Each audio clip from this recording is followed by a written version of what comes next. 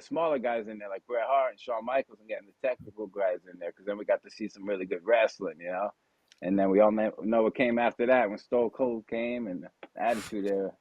Some very good Man, times. This has to be Scott Hall of his career. The moment where he wins this and he's sitting up holding those belts in the air and just posing to the camera looking like a badass. This has to be like one of the top moments of Scott Hall's wrestling career. Happened in the 90s.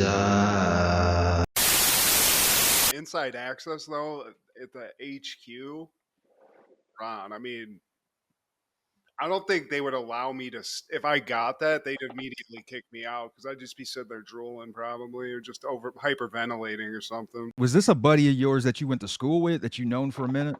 No, it's my cousin's brother-in-law, kind of like extended family, you know. But he's been working with WWE for like over 10 years now, and anytime I meet up with him, that's all we talk about, you know. I just say I gotta ask him all the questions, all the gossip, and all that because it's insider information that he gives me, you know. So That's it's the fun, kind man. of family you want. That's the kind of in-law you want, you know. Right. Bro. That would have been me in that building, just marking out, bro. He brought us to the ring and everything, man. I got to jump in the ring, run the ropes a little bit. No, Oh yeah, That's man. dope. Okay. Dude, how far are you from the HQ? So I think I'm about maybe like an hour and a half tops from Stanford. I mean, yeah, so it's in Stanford from where I'm at now. Yeah, about an hour and a half. Where do you stand on the whole Vince thing? Dude, he's up there with Diddy. I mean, he's on the dude. They're just bad. I think there's just some evil in the world, and I think that he's one of them. You know, as far as what he's done with wrestling, man. I mean, like, dude, I appreciate everything he's done, man. And like, we're wrestling fanatics, so the dude was a genius in that aspect. But as a person, a human being, he's no good, man. Yeah, I always say to Matt, man, he's like my Stan Lee because I didn't grow up like looking at comic books. That just wasn't my thing, man. But I would always get the WWF magazines, man, especially when they were so cheap. WWF magazines were exciting, man. When you go to that mailbox and you saw the magazine in there, remember that feeling? Oh, that was good stuff, man. Plus the posters you would get out of the magazine. I mean, I have them. I'm going to mount Rick Rude posters that I still have from those days. But yeah, what a great publication. But you got to separate the art from the artist, in my opinion, on that. Yeah. When I watch Absolutely. this and I see Vince like announcing or just like, being the face in these early WrestleManias and stuff, and just like sort of the nice guy Vince McMahon that we grew up with as little kids, I'm still like, damn, that guy's cool. Right, man. I can't help. So wrestling with Ronzilla, when did you start your podcast? So I don't have a podcast.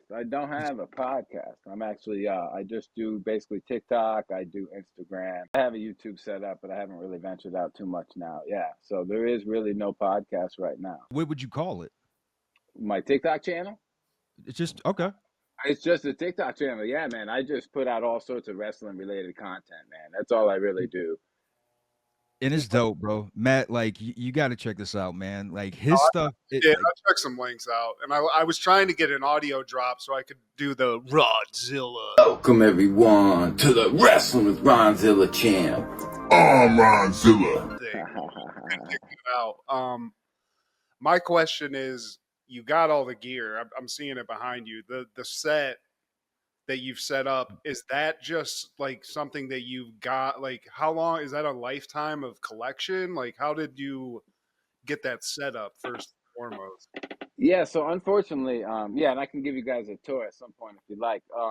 Unfortunately, no, this is probably since COVID. So for 5 years or so, I've been setting up the majority of this stuff. As a kid, I had a huge collection, but moving town to town over the years and losing it over the years, I kind of had to restart my collection again. So a lot of the stuff I have, I'm trying to buy, that I had as a youngin.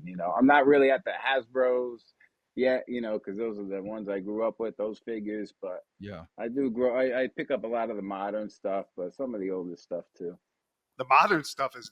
I have a nephew that we buy the new wrestling like stuff for, and it's fantastic. If I could have had that as a little kid, I would. But then again, those Hasbro figures, we all love. They had an ad in the WrestleMania that we are going to talk about, and I was just like seeing that Hasbro booth at whatever WrestleMania Fest or whatever it was. I was like, damn, I would just be sitting there like breathing heavy on the glass trying to see all those things. Oh yeah. So Yeah. 2020, like that's when you started this? So that's 2020 is kind of when I started collecting. Yeah. So I did. It was weird. So I've been. I sold stuff on eBay for like over 10 years, and I used to sell like wrestling merch and stuff like that. Yeah. So there was times when I remember I'd be finding figures and I'd be reselling them, whatever.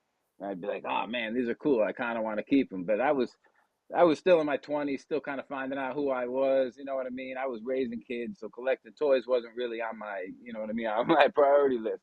But Yeah. then, yeah, man, COVID hit and stuff, and I'm a martial artist and a marathon runner, all this stuff. Long story short, I got injured, so I wasn't able to exercise as much. So I had to find a new hobby. So I started doing art, and then, like I said, one day I had these figures. I was like, this is cool. If I would just hang on to a few of these, and I just picked up one or two, and then three or four, and then five or six, and that was just insane, man. Man, It's out of control. The background, I mean, is fantastic.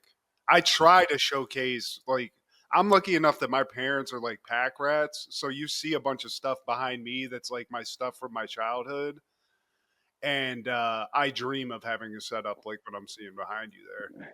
I love Yeah, that. It's I fantastic. appreciate that. Yeah, I appreciate it. Yeah, it's quite the setup. I do come down here often and just look around. It's awesome. when do you say you started your fandom of wrestling? So that's a funny thing, man. I was in diapers, man. I had my mom's friend had introduced me to wrestling at a very, very young age. He used to just prop me up next to him. Obviously, I don't remember it when I was in diapers, but I heard the stories. He would take me and prop me up next to him, and we would watch wrestling. And George the Animal Steel, all those kind of guys were out there at that time. And my last name is Steele, and so he nicknamed me Ron Dog the Animal Steel. So Ah, before I was 2 years old, I was Ron Dog the Animal Steel. Ron And Dog. I never grew out of it, dude. I never grew out of it, guys. I just kept watching it, kept watching it. There was times, my later teen years where I finally, felt that girls were more important than wrestling, and so I ventured out a little bit and didn't watch too much wrestling. But yeah, I always fall back to it, man. Here I am, 40 years old in a room full of toys talking about wrestling. It's good It's memories, man. And like I kind of dropped out in the era that we're going to discuss later, man. Like this was kind of a downtime for WWF that early to mid 90s. I think they were calling it the new generation era with yeah, they wanted to put focus on the smaller guys, the HBKs, the Razors, the Bretts. yeah, absolutely. And it was, I remember watching it, and it was rough to watch, and it was, because they still had the cartoonish stuff. They had the Yeah. cartoonish wrestlers with the silly gimmicks and all that, and even as young kids, thinking it's lame. But they had it right, getting the smaller guys in there, like Bret Hart and Shawn Michaels, and getting the technical guys in there, because then we got to see some really good wrestling. And then we all know what came after that when Stone Cold came and the Attitude Era. Some very good Man, times. Got me back. That's when I came back to wrestling. I gave it up for a while, but once it got to like the NWO Stone Cold WWE era, I was completely into it. where was your loyalty when it came down to Monday nights, man? Did you stay with Raw or was it split between Raw and Nitro? So like most, I did switch back and forth. There was a time period where I was switching back and forth, but I almost always leaned towards WWE, WWF. I just always, because that's what I always watched growing up. I did watch WCW as well, but that was always just kind of backup. So Yeah. during the Monday Night Wars, I focused more towards WWE. But let me tell you, man, I followed both for sure. I definitely did my channel flipping back and forth. And like watching your channel, I could tell you are a diehard because like your channel it's separated from the rest because it's not just talking about facts or figures. You go fantasy, you go next level with it sometimes, and you're like, what if this wrestler tag team with this wrestler, and then you'll come up with a name. I'm like, God, dog, like I like that. I I like appreciate that, man. you different. I appreciate that, man, because I try to put out unique content, man. I look out there and all the, I don't want to put out the same old stuff out there, and I have this creative energy that I need to exert. As I spoke about earlier, I work in a manufacturing company. I don't know if you guys have ever been in that field, but there's no room for creativity, man. I'm like a robot. I'm a robot. So for someone like me, I come home and I'm just like, I gotta create. So I do music, I do art, I do all sorts of stuff. But as far as the wrestling, man, I got to get that stuff out, man. I always get these crazy, silly ideas, and I like sharing them. A lot of them are silly. If they make me laugh, I'll put them up on there. Sometimes they're real stupid, but it's hit or miss. But I'm glad you guys you checked it out and stuff. But yeah, unique is what I shoot for, man. I try to put out some different content out there. Hell yeah. You have to in this, man, because like I follow quite a few like different wrestling podcasts and channels, and they're decent, but like you're one of the people I actually reach out to from time to time. Like I'll get in the DMs and be like, hey bro, just keep doing what you're doing, man, because it's greatly appreciated. Even if you already know that, man, it doesn't hurt to hear that from somebody else, man. So like props to you, Right? my guy. Yeah, I appreciate that, man. Because yeah, I'm not making any money or anything. I'm having a lot of time, a lot of fun doing this content. But yeah, it takes time, as you guys know. It takes time and effort, and sacrifice and compromises to make content and stuff. So I appreciate it, man. Hell yeah, dude. I think Um, it'll come. yeah, you just got to stay at it. Consistency is key, and I checked out your like the page. I actually downloaded TikTok specifically to watch you, so I'm paying homage in that way because I haven't been on that, but yeah, man, you're putting a lot out there, and I like Steve said, I like that you're putting some creativity to the wrestling stuff too. It's not just like a guy who has like an older wrestler and they're talking about the old days or anything. Like I love the editing, I love the style, I love all like the little audio stuff that you're throwing in. So yeah, like Steve's right. If you just keep doing it, I can't say exactly what'll come, but people are gonna start seeing that more and more, dude. You're killing it. Thanks, man. That's how I shoot. That's what I'm shooting for, man. I'm just gonna keep going, keep going, keep going. Whatever happens, happens, man. In the meantime, I'm still having a great time. Oh yeah. Now I have to ask Steve. I just want to step in because we've discussed this, but I want to know Ronzilla's opinion on this. Ron, who is I'm putting you on the spot. Who is your single favorite wrestler? Okay, so this is it's kind of a controversial figure during these times, but it's Hulk Hogan, man, and it's Hulk Hogan, and you had spoke about this before, separating the character from the human being, and I Yeah, have absolutely done that with the Hulkster, man, because the human being, I dude, got you I've have to. never Yeah. even met him before, and I don't even like if I'm I really it's not even on my bucket list to meet him.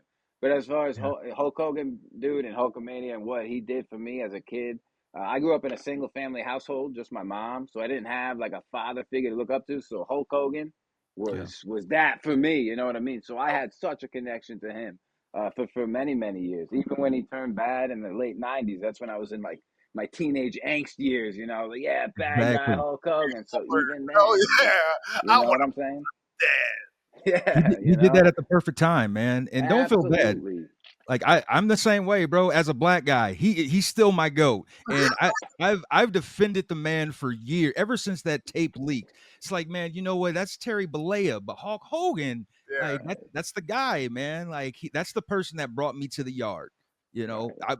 I'm an '80s baby, so I followed him for years, and just like you said, he turned rogue right at the time when I'm a teenager, when it was cool to do bad things. Sometimes it's like, Right, God, right, man.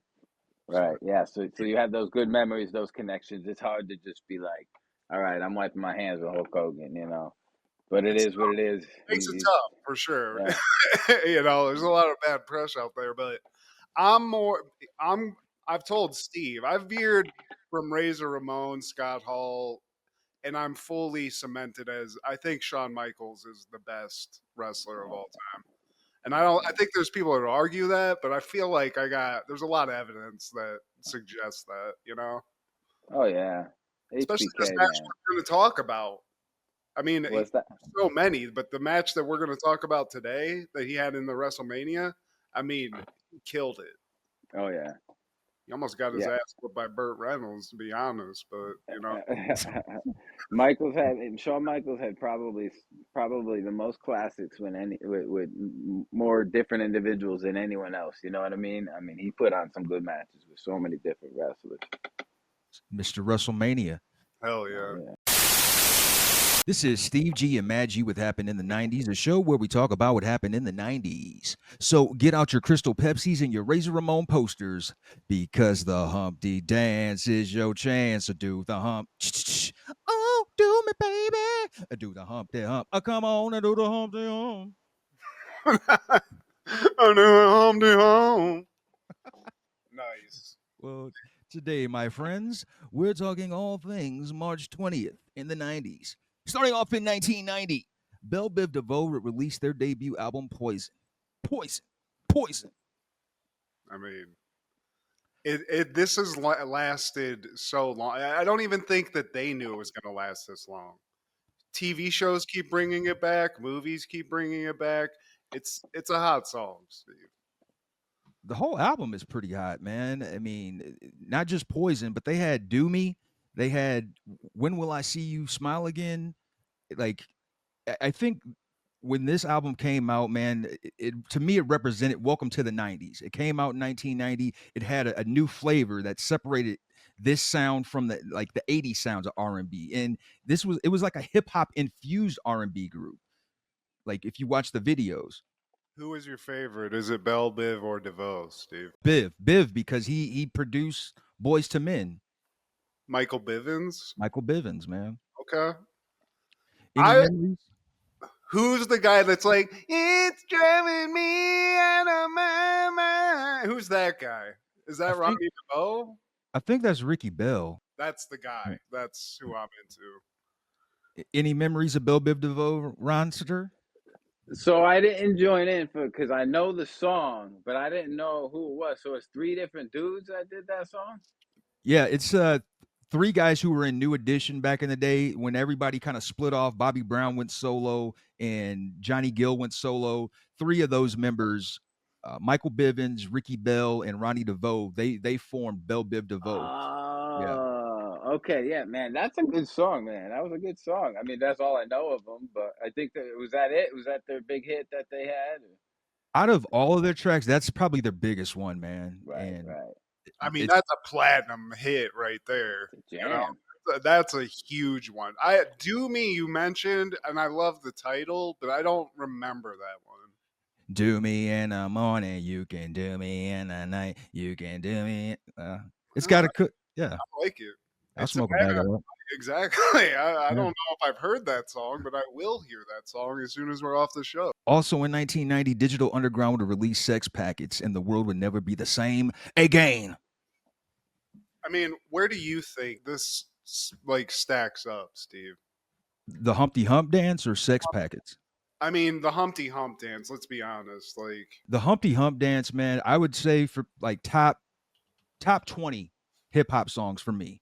Yeah, I like it that much. And there's a lot of hip hop songs to pick from, but just like with Poison, I feel like the Humpty Hump Dance was another introduction to the 90s. Because if you look at the video, it's the colorful backgrounds, the graffiti tagging, and like Shock G. He's just this character. Like as a kid, I couldn't differentiate it, like what's going on here. Is it Shock G? Is he Humpty Hump? He's both. I mean, was he like? What did he just like get off stage and he was like, man, that was crazy? Or was because I always thought like it was like the art became the artist type sort of situation, like Andrew Dice Clay, you know? Well, I want to say he Shock G for other songs, and then for this song he becomes Humpty Hum. Unfortunately, I never got to see him perform. We also can't overlook the fact that Tupac, probably the biggest member in the whole group, was a backup dancer. That's insane. Yeah. That's just crazy. But I feel like, yeah, I mean, Shock G is just like, as a personality, he's definitely like one of the weirdest and like most memorable in hip hop, just especially from that era, I feel like. Because I remember seeing him on like, just in the videos, it's just like, is this like a comedy thing or like what the fuck is it? Was just crazy. it was a time when hip hop was fun, man. You know, of course, you had Kid and Play, who we talked about recently, and then you have Digital Underground, when it was all about dancing. It wasn't looked at as being lame to dance in hip hop back when people would have house parties and would dance to the music. That's right. That was like in Living Color era, right? That was the The, '90s. in That lip, was a party time, early Yeah. '90s, man. That was some exactly, good man. stuff, man. And you guys spoke about Tupac, and I believe that Tupac first made his rap debut. I think Shock G put him on one of the albums. I think Yes, early sir. on, because Tupac kept begging him or something. But I don't think they got along too well. But I think they in the end they respected each other. But I think they fought a lot or whatever. But he did put him on one of the albums. But yeah, that's some good stuff, man. All around the world, same song. That's when he made his debut. But I think once he joined Death Row, his friends became his old friends. Yeah. Yeah, things change, man, in different surroundings. But Different vibe too. I don't think he wanted to like, I felt like that's Death Row wasn't exactly the same kind of digital underground vibe. You know what I'm saying? you know what I'm saying? A little different vibe. You guys want to dance? In 1992, Basic Instinct premiered, and first thing I think of is that iconic scene. That's all we all think of, Steve. Oh yeah, yeah. Michael Douglas was sweating in the scene. We all were. The cops all were about to bust when they were just, that is one of the most hilarious and hot scenes of all time. But as a kid, I mean, this was what you wanted to see. You guys know what Oh And yeah. I'm talking about. if you had it on VHS, I'm sure you played it back just to catch, like, man, for a millisecond. She showed it for a second. Yo, It was, man, you I blink saw, and Press you miss. pause. I Press saw you pause real quick. yeah, exactly. And that was a VCR time too, so that was an inexact science. We were like, "Yo, 5 seconds, right now, right? You fucked it up, dude. What the hell?" Man, go back. All I'm seeing his kneecap. This is a weird move. This is that like that the '90s especially. And I'm like, when I look this movie up, it's all over like the descriptions, erotic thrillers. I don't think they're making a lot of these anymore. But this is probably, other than the other one that we're going to talk about today, one of my favorite of this era, of this, whatever this is. you know? Sharon Stone. Oh my god. I mean, she's a killer. She doesn't she like stab a guy with an ice pick while they're fucking in the beginning of it or something. There's something in the beginning that's crazy too. But most of my memories of this were getting like the HBO free weekends, Yeah. which that was a hit or miss thing for a little pervy kid. But when you saw Basic Instinct was on, I was like, oh yeah, 30, mom and dad will be asleep. Yes, Man. hell Thank yeah. you. She made us all men, Steve. In 1994, WWF is airing WrestleMania 10 live from Madison Square Garden. Hell, it still has the cheesy opening music though. That meow meow meow meow meow meow. Uh, Sounds like That mom. me that music was cheesy and stuff, but man, it made everything feel so epic, man. As a kid hearing that music, all those trumpets and stuff, everything felt like a big deal. Oh, when you put the tape in and this started playing, you'd get fired up. You're like, oh, Rumble, dude. Oh yeah. Hearing that music and then Vince McMahon's voice promote, like, just starting it up, like, dude, let's get this started. Where's the popcorn? Where's the Like, pizza like, Yeah, his level of excitement was real high, man. oh my bro. And all the focus goes on to his like ownership of the company, but dude, if we're talking about announcing or commentating, he's one of the best too at that. Yeah. Dude, he made it exciting. He made the lamest matches exciting. He wasn't the best at calling like maneuvers. He'd call everything a maneuver. He wouldn't know like all the technical aspects of things, but he definitely made every match exciting, for the But kids. before we kick it off, man, I want to know, like, what was your favorite commentating team? I discussed this not long ago with someone, and it's hard for me because I've watched it for so many different eras. So I have to lean probably towards Bobby Heenan and Gor- Gorilla Monsoon, Mm, but there's also that Jr. Jim Ross combo. that I grew up too. You know what I mean? So with those two, I'd have to say Bobby and Gorilla, man. They're just the best. They were the You best. you went you went old school with it, man. With the prime time wrestling years. Oh man, they were funny, man. So funny. The whole "Will you stop" and all that, dude. Just the Yeah, bickering, and they were so quick with everything, both of them, and they fed both off of each them. other so perfectly. Yeah, That's what makes it when they have like a good relate, like when JR and the King are going back and forth with each other and stuff, like that little banter that they have. That's what makes a good duo. Like Jesse the Body and Vince, you I know, like them too. that was a Yeah, great duo too. And the thing that always like amazes me about Vince being just an announcer is that that's a huge amount of pressure to put on yourself that you own this, you're producing and like putting all this stuff together, and then you got to go out and be the ultimate salesman of all right. in front of everyone, in front of like the watching audience on video or pay-per-view or whatever. It's like, dude, that's like an insane accomplishment because just doing one of those things is great, but he was just like, I'll just do it all. Fuck Right, right, right. You hear all the stories. I mean, I've heard many, many stories over the years that there's certain people that only need 4 hours of sleep, and apparently Vince is one of them, and he's only Yeah, slept 4 hours a night for his whole life or whatever. That's the great. man. He puts the man in McMahon. And speaking of the devil, man, Vince, he introduces Little Richard. Shut up. Shut up. Damn it, Steve. I started rock and roll. But yeah, he sings America the Beautiful. And if you pan at the crowd, man, some of them just have this look, man, get the shit out of here, man. This is New York City, so it's like a lot of those people, man. I don't know if it was in this specific part, but there is three like old biddy New York City chicks that are just waiting to get picked up, that are just dressed weird but trying to look sexy, but they also look like they're the same age as like Fabulous Moolah. Oh, It's really like yeah. it was sexy in like 1945 My or something. wife was like, "Who are those women?" I was like, "I don't know, but they're trying to get some." I think that night. They got Madison blue hair and shit. Yeah, dude. But Madison Square Garden, this isn't the first time that they've had a WrestleMania there, No, right? the first one was at MSG. Yeah. But that's why they wanted to bring it back because this is 10 years in the making. And on the ones and twos, this time we got Vince and Jerry Lawler. And of course, Jerry has to come in and he's like, I think Little Richard has his dress too tight. Dude, he's a legend, man. It's hard not to put him as like the best. Him and JR, I feel like that's just so tough.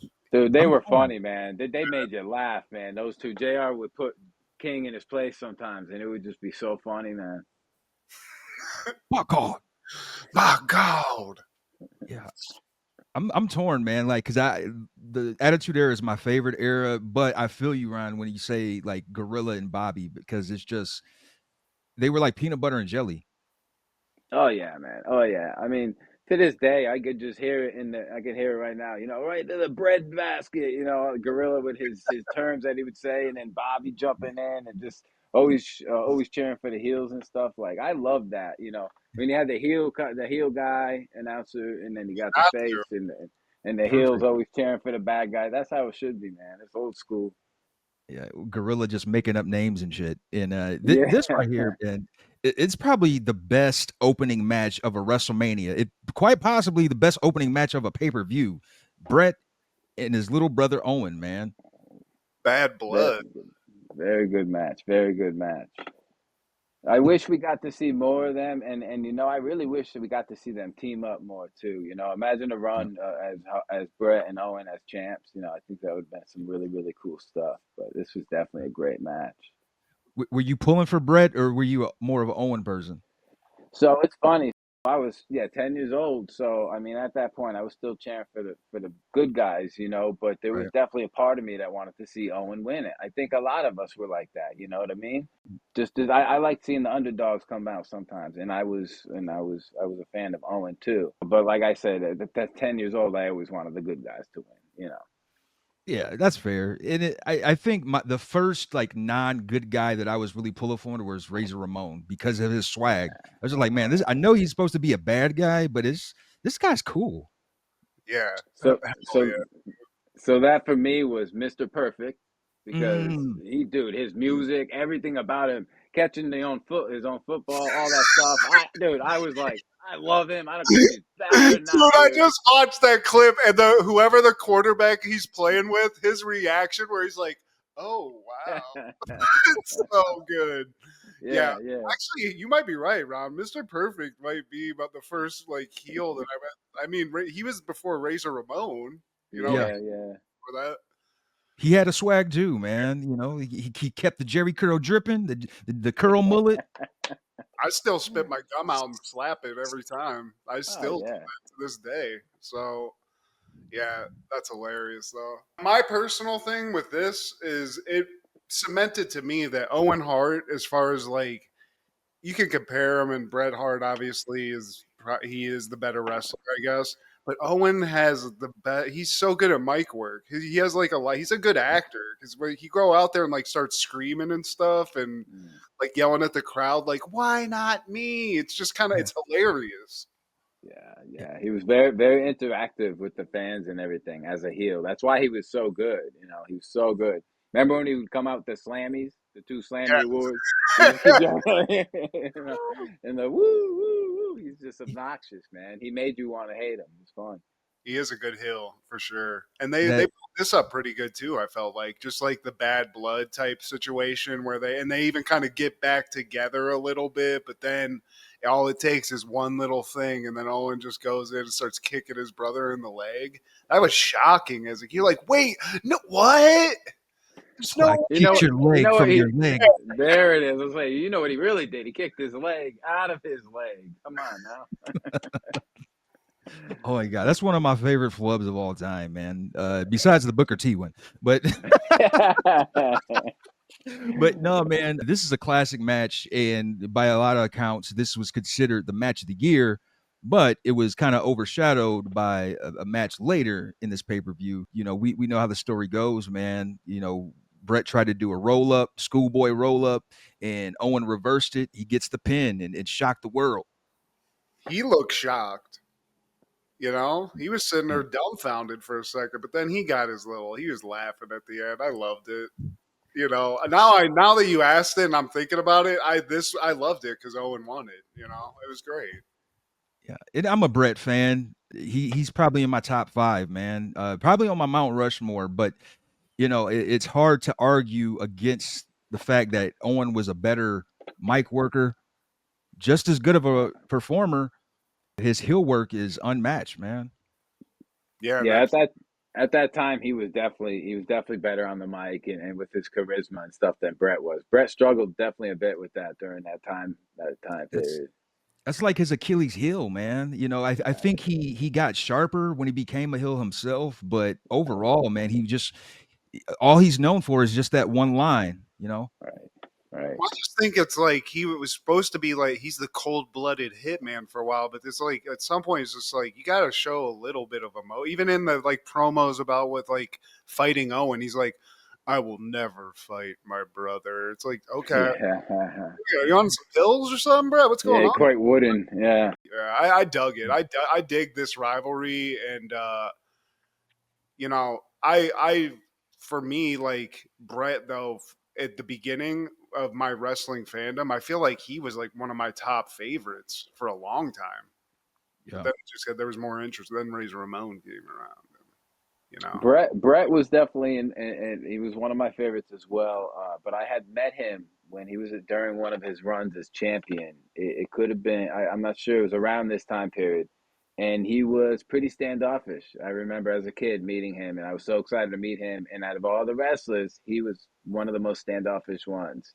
oh my And Damn. maybe he was tired. It could have been anything. And he didn't say anything or do anything mean, but he did not want to be there. He did not care about the 10-year-old kid excited to see him. So I remember after that, I kind of was a little bummed, and I don't think as huge of a fan, uh, you know, Wow. but it is what it is. Could have been anything. I met a lot of wrestlers over the years, and it's surprising some of the guys who would be end up being the nicest ones. that's Wow. Tugboat Typhoon. I met that same day. That dude, that is a nice guy, man. One of the nicest wrestlers I ever met. That's what I hear all the time, man. You got to meet the Shockmaster. Yeah, dude. Yeah, Hell yeah. Do you think he's a he'd be good dude. cool when you bring up Shockmaster, you think? Oh, dude, he embraces it nowadays. He's Huh? still making money. He's making Yeah. money off the Shockmaster gimmick. Oh yeah, he's all for it. I think he signs cards for Shockmaster, Tugboat, and Typhoon, and he sells them on his website. So Yeah, I yeah, love he embraces it. Man, shout out to Uncle Fred, man. But I don't understand this though. Why is Cy Sperling here? The president of the hair club. Like they had him out here with I guess to do like a little plug, no pun intended, for Howard Finkel. I guess he was wearing like one of his wigs or something. I Like remember that. Yeah. Howard, you deserve honestly, better. that wig game though, they made the Fink look pretty voluptuous in the hair game, honestly. So I He's the would Fink. He don't need that. You the Fink, bro. Like you can go George Jefferson, bro. You the golden voice of wrestling, bro. You better than Buffer, both the Buffers. I said it. wow. Yeah. So looking back at this, I mean, they must be marketing because this was still a period towards wrestling was based towards the kids, WWF. So I guess this was marketing towards the fathers. I guess Yeah. what was this? What Or were they doing here? it's that need, or have some male pattern baldness and some kids. I don't know. Well, I wasn't struggling at 10. I struggled a little later in life, Yeah, but not at 10. yeah. Same. If I Same, my guy. bend my head down a little bit, Yeah. it's bad. But I might need to call Cy if he's still alive because that wig was pretty fucking awesome. But yeah, I I thought think that that's was good. weird too. I wonder how much they paid. Like, did Cy pay just to be part of this? It's like, that's product placement all over the place. I mean, this was a downtime for WWF, so they're just like grabbing any straw they can, I guess, man. Let's get Cy Sperling and one of the new kids on the block on here. Yeah. Yeah, Donnie, dude. We'll get to that, but all the stars are out. It's Madison Square Garden, Steve. And also Bam Bam and Luna versus Dink and Doink. Like we could have really done without this, man. Like R.I.P. to Luna and Bam Bam, like because I appreciate both of them over the years. I didn't really care for him as a kid, but Bam Bam was like looking back on it to be that size and be agile, like something to be said about that. Yeah, high flying fat guy is cool, and he had a Yeah, lunatic. man. Like Luna had that vibe. It was a memorable character for sure. Yeah. Oh man, yeah, her voice, man, was uncontrollable. Dude, I thought she had real tattoos. She had the veins, the makeup Yeah, veins on the side of her head. As a kid, I thought she had tattoos. But yeah, Bam Bam, he was one of those guys I liked watching because he was a big dude, but he was smooth in the ring. But and Doink, I was a huge fan when he was a heel Yeah. clown, but when he started doing the silly, goofy, good guy stuff, I wasn't a fan. Yeah, when Dink came around and all that, no, not a Dink fan. is. It was a mistake. Yeah, it was a misstep. Yeah, little people matches. I think I stopped being into those like after the 80s. It's bizarre to watch, especially when it's like Luna just like whooping his ass a little bit and she's kicking him. It's like, stop it. Right. I mean, even up and then fast forward to 2010s when Big Show was throwing Hornswoggle. It just never looks right. It never looks Yeah, right. like It just sounds like there's like a high pitched scream someplace. like Yeah. there's certain ideas that Vince will try to like square peg into a round hole. Like it worked in '84, so let's do it in 2021. It's gonna still work now. It's perfect. It's Like- poetry. Who won this match, man? Do you remember? I think Doink for the good guy. Bam Bam won it. Like Bam Bam and Luna won it, but there was some shenanigans after the match with Dink. He was trying to like fuck with Bam Bam, and so there was just a little bit more little person violence that we got at the end. But I do think Bam Bam and Luna won the match. I don't know. I remember Bam Bam missing a splash. I remember Yeah. he missed a splash, and then whatever happened afterwards. There was a lot of like Dink running around. Like at one point, he just tried to like run around and create a tornado around Bam Bam, like running so fast. That was one of his moves. But Yeah, I think you might be right though. Maybe they doink one because Bam Bam just tried to like headbutt the ground or some shit. I don't know, but See, that's how irrelevant this match was. yeah, The three of us, none of us can put our heads together and figure. Like, I think, let's go to the I source was here. just trying to answer my wife's questions about what the fuck are you watching? I was like, it's door. You can think. What do you want me to do? Yeah, Bam Bam, they did win by pin. The guy performing as Doink, man, it wasn't the original guy. It wasn't Matt Bourne, who I think that was when I was actually into Doink, when he would, like Yeah. Ron said, when he was a heel. But this guy, I think his name was Ray Apollo, if I'm Yes, not mistaken. yes, you are correct. Yeah, yeah. Matt Bourne was the one that portrayed the heel, and he was the one that really played that character well, man. Yeah, and Brought then it to he had life. some substance abuse issues or whatnot. So when he went out the door, Apollo took over as the face doink, and it wasn't the same. And then eventually, Skinner, Steve Kern or whatever, he took over the Steve doink. Kern. Yeah, he took over doink for a while. But Skinner, I forgot about that oh gimmick. yeah, Skinner, the chewing tobacco. And throughout this pay-per-view, they got a Bill Clinton impersonator. Like, look wise, he kind of nails it. You could tell what he's trying to do. I was Um, squinting my eyes. I was like, Is that Bill?" It yeah. looks like him from far away, but yeah. Once I saw IRS behind, I was like, "God damn it, Clinton!" I think even as a kid, I didn't fall for it. He's Oh, no Phil Hartman, I but love the WWE. I love IRS. in this next match, man, Macho Man versus Crush with Mr. Fuji in a no holds barred, falls count anywhere, no DQ.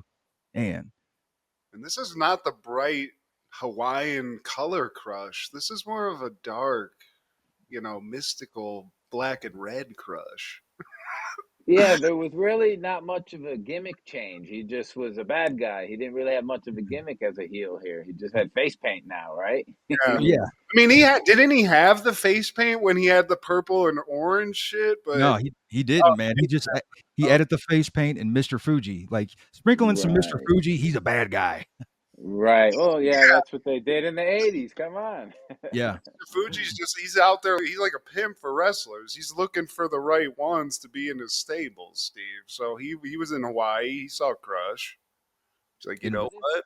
this match wasn't a normal no holds barred match. This was they had some weird rules, right? We had to yeah, get back to the ring, and even the commentators didn't understand. As a kid, I didn't understand. yeah. You guys recall that? It didn't make sense, yeah, because like after you pin them, they have to be down for like 60 seconds, and you have to be in the ring.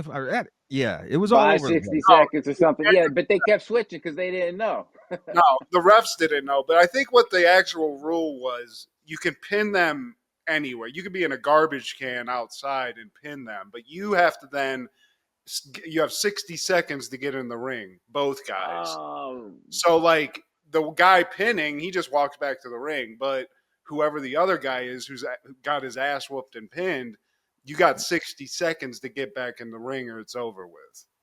oh, So okay, that, I see. that ends up coming into play, but they were playing real fast and loose with the counts. And I feel like at the beginning, even the refs were like, I don't know, because Crush comes out and just starts whooping Macho Man's ass. Like, there's no ring, they don't get into the ring and start this. Like, They get straight to it. yeah, he just gets to it, and I think he literally like whoops Macho Man's ass and pins him immediately. Gets a quick pin, yeah. But Macho Man, he gets up, makes it back to the ring, but on his way back, Fuji like cracks him with his Japan flag. Mr. Fuji, dude. He's got little secret tricks everywhere. He's got a little. It might be that. It might be sand or salt or whatever. I wasn't a Mr. Fuji guy, In terms, I like a Jim Cornette. I'm more of a Uh, Jim Cornette, which we'll get to. But I did enjoy. Anytime they go out and they do stuff outside the ring, it's cool. I mean, that's what most of this was. We even get to go in Yeah. the back, like the official back, and see like the backstage, and they're whipping each other's ass. And just to get to the end, Macho Man, he gets a couple of pins. He starts getting the better of him, and then he just takes Crush back to just a makeshift crane sort of like a winch pulley. system, some pulley system that was just, I don't know what the hell. Maybe they had to, that's how they get Yokozuna like off a couch or some shit. But Macho Man whoops Crush's ass, gets him on the ground, starts tying his feet together, which I get it, and he's trying to like get him up in the air, but at some point like the winch ain't working or they didn't tell Macho how it I, works, so he's just like fuck it. so I'm looking at it right now, and it's clear right off the bat. Macho has no idea what he's doing. He's got no clue. He looks like a kid who's just like, "I'll try this, I'll try that, and I'll try this." And and it's funny, man, watching it back. Yeah, Crush is like he's like this far from falling on the floor, man. And His He's he, hands are running near literally in the touching loop, it. and then I like how he gets him up. He's up, like he gets him off, but as he's running away, Macho Man It drops it. falls. It just falls back to the ground. He's just fine now. There's Uh, no mistakes in this. But and I don't know if you said it like on the show, but you said this is his last shebang in WWF, yeah. WWE ever. Unbeknownst to everyone involved, including him, probably, man. But ironically, I like the way they did the camera, like the angling. It looked like it was a send off. Even if that wasn't intentional, man. It's unfortunate that he never came to terms or came to some kind of agreement with Vince to finally come back, because the fans would have loved to see that, man. I would have loved to see that, but yeah, man, this was his last appearance in Vince's business, man. Now, from what I understand, was it because Macho still wanted to wrestle and Vince just wanted him to commentate? Yep. He's like, I Yeah. still got some go in me. But he's like, no, I want to keep you at the booth, man. I want to put the focus on the younger guys. You had your time. And to a wrestler, I always tell people, like, wrestlers and rappers, man, you can never tell them their time is done. Jay-Z had a retirement album back like 20 years ago. He had like 5 albums since. That's very true. Yeah. Rappers and wrestlers, they never really retire. I don't No. understand that decision making though. Like, hey, Macho, you know what? I just want you talking on the mic with that crazy voice. I mean, I like Macho Man. I think he's great on the mic, but him being He was commentary for like the whole like pay per view, I don't know. I don't know if he he was could. brutal. He was horrible. He would just say random stuff. Macho. He was just like, "What?" He's like, "What are you talking about, dude?" What'd you say, brother? Like, okay, Macho, over here. And Yeah, he because he's wasn't that good. macho, he could get away with it. Like, I looked past it. Like, I didn't think I much of loved it, but it. you're right, man. It was a lot of bullshit. Put me in, Vince. I can still do it, brother. Like, he's like, no, to WCW with you. But he was great in WCW. So, I mean, Yeah. he still did have a lot in the tank. He was still elbow dropping for another 5-6 years, I feel like. He had something to WCW, prove. he was pretty juiced up when he got there too. He definitely had Oh, something to prove. dude. Dude, Yeah. Macho juiced up. That's the Macho Man I want, honestly. You know? Ron, do you know what happened to Todd Pettengill? Was it like a amicable split, or was he just like, man, they fucked me over. I'm sick of this. Like, I never So knew the story. I think he was like a New York radio host, correct? Right before the WWE gig, I believe. I'm not When familiar. I'm pretty sure that he was like a New York radio host or something like that. And when I think it was a mutual split, and he decided to go back to New York radio. I think he's still a host to this day or something. I could be getting it confused. Yeah. But I think it was like a split where he just went back to his old gig, but I Because could he be he wrong. he kind of became like the new, like, Lord Alfred Hayes, Mean Gene Okerlund guy. He kind of took over that role that they had as far as interviewing people in the crowd and behind the scenes. But yeah, man, he's doing some heavy lifting in this, because he's for one, he's interviewing this Clinton impersonator, and he has to play out. He has to do some acting himself, like, and act like this is the real guy. And then we cut to Fan Fest, which I would have been loving. You get the dunk Imagine doink, that. step into the ring. There's a clown on stilts. You got the action figures. Even Hillbilly Jim can sign your autograph.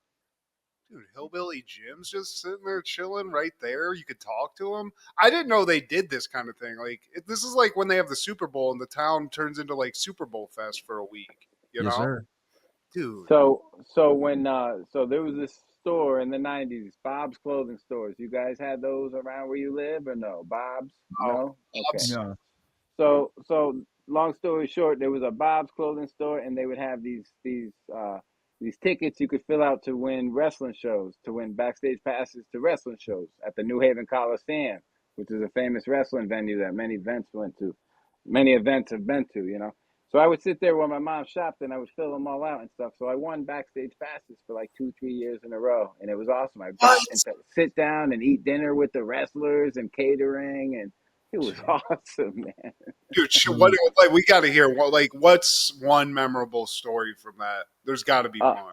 well, I'll go back to talking about Tugboat again, but that same day I met Tatanka. Tatanka was pretty cool. Tatanka was a nice guy. Gold Dust in full get up. He had, he was kayfabing, so he was looking at me like, he.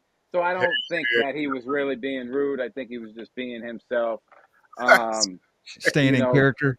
yeah. But Tugboat was really awesome, man, because I had sat down with him and we were talking and I said, "Hey Tugboat, is wrestling fake? I heard wrestling's fake." And he said, "I don't know, what do you think?" And I said, I don't know, you tell me." And he said, "Next time you watch me body slam." And he started explaining to me.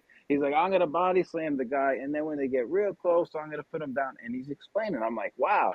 And then, the next question I asked him, I said, "Does Hulk Hogan take steroids?" And he looked at me and he said, Damn, "What do you you were think?" like a damn fucking NBC correspondent with this. I was a 10-year-old kid asking all the right questions, man. We got Jim And he, Gray and over he, here.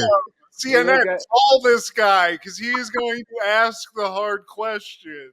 oh man, he looked at me and he said the same thing. "What do you think?" with a smirk, and it was just funny, man. But that was the most memorable thing. Is Tugboat just opening right up, man. He didn't care, dude. It was funny, man. Tugboat's like, this kid is fucking unlocking the secrets. I can't stop. He didn't seem Dude, to have a problem with it. That's amazing, dude. One, that's so salute to dope. you for actually asking a question like that. Because if I got in front of any wrestler, I'd be like, "You're the best." Well, there was that too. So I had a family friend who was friends with Sergeant Slaughter. So I would see Sergeant Slaughter a lot, but I was scared shitless of Slaughter, you know what I mean? So I wouldn't ever take pictures with him. So as a kid, I had all these pictures of Sergeant Slaughter just like in From a random places distance. in the house. And he'd leave me notes. He'd leave me notes on napkins, "Hey, Ronnie, chin up and chin down. That's an order, Sergeant Slaughter." Damn, that's amazing, dude. That's crazy. I have nothing to beat that. I saw Juventud Guerrero at a Denny's in Toledo one time. That's it. You got to talk about the juice. You met the juice? Who's the Jews? That's Hooven, dude. Is that who? That's Juventud Okay. Guerrero. That's I the didn't juice. meet him. We saw him because somebody else knew who he was, and I was like, "Oh, that's crazy." I wasn't that excited, but it was cool to see him. And my friend the next night saw Undertaker at that same Denny's. It must have been a really cool poppin' Denny's in Toledo, Steve. Apparently, man. You could have been. And this next match, man, we could have done without this, but we gotta represent the ladies. You got Lilani Kai, a name from the '80s, and Alundra Blaze. Miss Drop the Belt in the trash can. Miss, I mean, big booty on Alundra Blaze, though, Steve. Oh, I slash. liked her. I liked her as a kid. I'm sure you Yeah, guys did too. yeah. Oh, I kind of forgot about Alundra Blaze, but watching this, I was like, drop that belt in the trash can, honey. You're a man. So the problem with the women's wrestling back then is it was like stop and go. Vince would stop yeah. and go with it. You know what I mean? He'd bring the women's title back and bring in, and then Alondra Blaze had barely any challengers. They just bring in, She did. you know. Like she was the only one on the roster for the most part, man. Right, right, They, right. they bring back a Lilani Kai, and I think she had like a match in like one of the early WrestleMania, like WrestleMania 1 or Yeah, 2. I think we covered that, Definitely. honestly. I think we saw that. No, that was against the Japanese chick. She just got inducted into the Hall of Fame recently. You're talking about Crazy hair and shit. yeah, this she's different. I can't call her name, man, but Oh, Lilani Bull Kai, Nakano? Bull Bull Nakano? Nakano. There Yep. we go. Yeah, we covered that SummerSlam match, man. But Lilani Kai, she comes in here with this mullet that she probably got a free Waffle House apron with. Like, man, wrap this up, man. I'm glad it was only 3 minutes. This is one of those. It's time to get the Raisinets matches. It wasn't the shortest match in the whole thing, though, Steve, which is surprising. Yeah. But Alundra Blaze, I mean, we can wrestle anytime. Honestly, I just reminded me seeing this. I'm surprised the King didn't mention it because when This is they had some really good camera angles in the '90s. You know what I'm saying? This was pre-pervert King, I think. Okay, yeah, he's still exactly. being royal. He's still very regal and royal. He's got the one-liners, but he can't entertain the smut in He's sitting '94. there just biting his fists like, oh, Vince is holding him back. Like, not yet. Not 5 years from now, you could say all this. Yeah, man, they're saving the crap for the middle apparently because this next match is Men on a Mission with Oscar versus the Quebecers with Johnny Polo, aka Raven, Dude, Johnny Polo, he should have kept that gimmick, Steve. I'm here to over say the Raven. over the Raven. I'll take You Johnny tripping? Polo all day. You No trip, way. Dude, bro? he had a fly ass oversized suit. He had the hair pulled back. I'm into it. But what I'm not into, what's Men on a Mission? What's the rapper's name? Oscar? Oscar. Oscar, yeah. Rough flow. They asked a lot of him. He's got to move a lot on the way down to the ring. He's a large guy. He gets a little out of breath, but just Oscar's he's not Jay-Z, but this is No. Madison Square Garden. Yeah, dude, he's not even Cool Mo D. But this '94, this was kind of like hip hop was still like in its infant stages as far as being like a nationwide kind of deal. So all you had to say in '94 was some whoop, there it is, and people would just be like, oh, hey, some hip and a hop and a, Whoa, dipping yeah, it. Get some stuff to chant and to cheer and to dance to. That's all you really needed, right? that's all you needed. Whatever you can say to this, Yeah. that's it. But the look of Men on a Mission is just bizarre. I mean, Mabel, he's crazy just as a human being in general. He always just looks lunatic. Even if it's what was his other moniker? It was Mabel and Midian or something. No, Viscera. Viscera, that's what it was. But the other guy, it's just a crazy look. Mo? Yeah, it's all around. It's kind of like Wesley Snipes from Demolition Man, but out of shape. Yeah. Addicted to ice cream bars, man. But all right, Peter Mabel, man. I don't want to, God bless the dead. God bless, dude. Yeah, man. And then with the Quebecers, it's basically just like, hey, we need another guy to wear the Mounties uniform, and just like they're a tag team now. That's basically what it was. So as a kid, what I did was I bought two Mounties. I had two Mountie wrestling figures, and I said, "Look, I got the Quebecers now because they were like the same person, the same gimmick, man." The same person, man. Like I did like in this match, Jacques and Pierre, they did like this assisted leap outside that was pretty dope. Like Yeah. Pierre got some hang time. Like he ran into Jacques, Jacques lifted him up, and dude flew over the top rope. So shout out to that. Like that's my highlight for this match, man. But I can't fail to mention Todd Pettengill introduces Rhonda Shear. This is before the match. They're backstage and he's talking to Rhonda Shear. And then HBK, he comes in and throws a little riz, if you will. And then after that, Burt Reynolds and his hairpiece come in and, just Cox blocks HBK. How dare you? Dude, when he looks at Shawn Michaels, he's like, "Get that chest hair out of Shawn's like, "What's under there, buddy?" I mean, this is fantastic. This is the kind of celebrity interaction I like. A nice unhinged Burt Reynolds. He might have slapped Shawn Michaels. Burt Reynolds didn't fuck around, so He did not. I'm pretty sure on Bruce Pritchard's podcast that he said that he was kind of a dick backstage. I guess he was a real dick to many of the other wrestlers. He didn't look like he wanted to be there in the promo, except when Rhonda pulls up and he's like, jumping up and I wish I down. could do something about being up all night with you, if you know what I'm saying.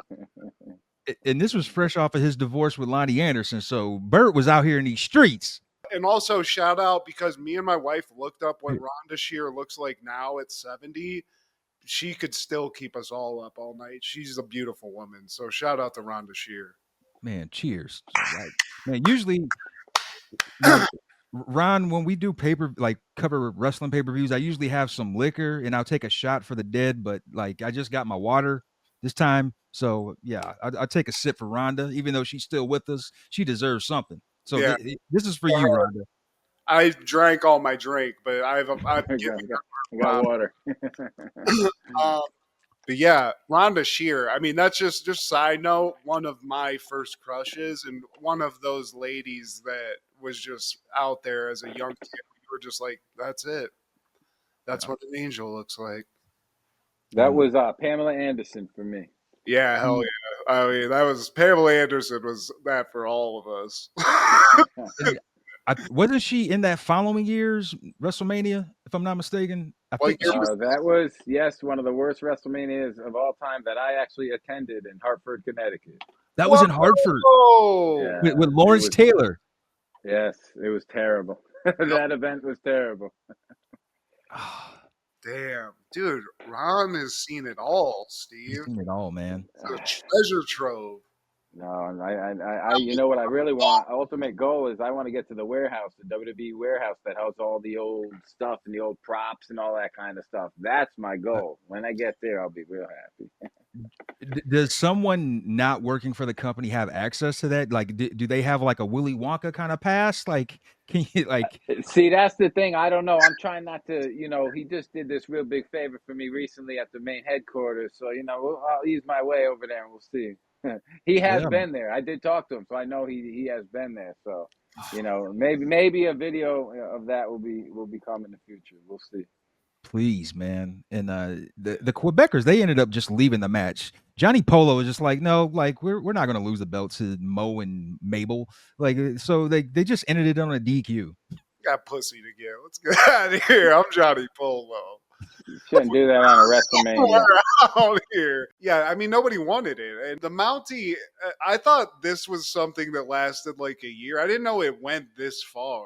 I Yeah. didn't know the Mountie was that he had that legacy. But Jacques, what's the other guy's name? And Pierre. Salute, man. Salute to those fine Canadians. Their finisher was good. That finishing move, the flipping move, was pretty cool, man. The way he just threw him over the top, the Quebecers. I like that. Did they still have the electrode thing? The Mountie The always had Cattle baton. prod? a cattle prod. I like they did the sound over the loudspeaker. He'd take it out and shock him. You hear it over the loudspeaker. Hell yeah. In this next match, Yokozuna. This is the first of the Yokozuna double, whatever you want to call it, with Mr. Fuji and Jim Cornette versus Lex Luger. Like, what's your take on Lex, man? Were you ever a fan of him, Ron? So I was a fan of Lex, but during this time I didn't like the whole USA gimmick as much. Yeah. I liked him when he came as the narcissist. For some reason, I liked that character. I thought it kind of fit him. But as far as the USA Lex, I remember even as a kid, like he's trying too hard. You know what I mean? Even as a kid, I saw through it. I was like, he's not Hulk Hogan. It, and And Vince was but I trying was too hard. Yeah. Yes, yes, absolutely, yes. Vince was, but I absolutely loved Yokozuna. I was even to this day. I'm a fan of the big guys, the big tall wrestlers, the big heavy guys, and Yoko could move, so I He loved could. Yoko. So I guarantee I was chanting for Yoko during this match. I was like, good guys over here, bad guys over here. And I appreciate Yoko now. It took me my adult years to like realize this dude could actually move for like a 400, 500 pound man. He's 500 pounds. I mean, the fact he's even getting into a ring and doing any of this stuff is crazy. But Yeah. I respect him now as an adult because it's just like, how is he doing all this stuff? As a kid, not a Yokozuna fan at all. Like I don't know about you guys, but you guys are around my age. You said you're around Yeah. 40 or younger, whatever. So, dude, I sit down, play a video game. Getting up hurts, man. And you got Yoko running, doing leg drops, getting right up, all that stuff. Like, come on, man, it's kind of impressive, dude. Yeah, you got to give it props, man. And great heel work, man. It just that's one of those things, man. If you do it right, man, you could just take over. Like the foreign gimmick, it doesn't apply to all the wrestlers who use that, but with Yoko, he applied it perfect. He was just a silent giant. He didn't have to do a bunch of acting or anything, and I think that's pretty cool. But his selling was good. He sold good even when he fought the younger guys. He knew how to sell a move, acted like he was taking punishment. A pro wrestler. Lex Luger, not so much. Lex Luger, and to me, that the whole American thing, that was just fake heat because they were like, this guy looks the part, but he has no way, he can't rock a mic at all. Like, there's no charisma behind all that muscle. Respect to the body, though. Like, that dude is muscled the fuck up. Like, he's definitely a beast, but I don't think he's anyone's favorite wrestler, to be honest.